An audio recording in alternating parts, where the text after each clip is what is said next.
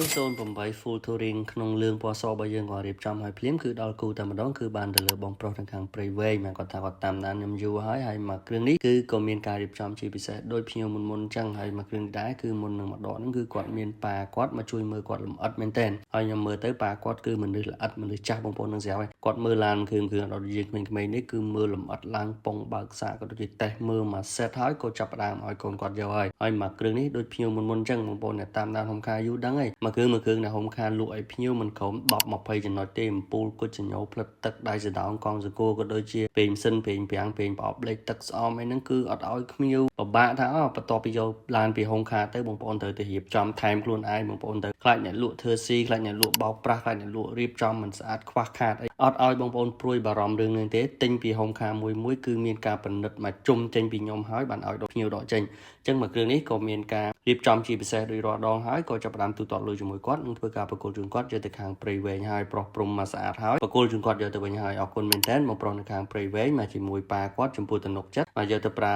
សុខសប្បាយហេងសមាជិកថ្មីបងប្អូនចង់បានស្អាតអ្នករស់ស៊ីស្មោះត្រង់ហើយមានទំនួលខុសត្រូវច្បាស់លាស់ជាមួយព្រោះបងប្អូនអាចតាក់ទងបាននៅហុំខាអរគុណ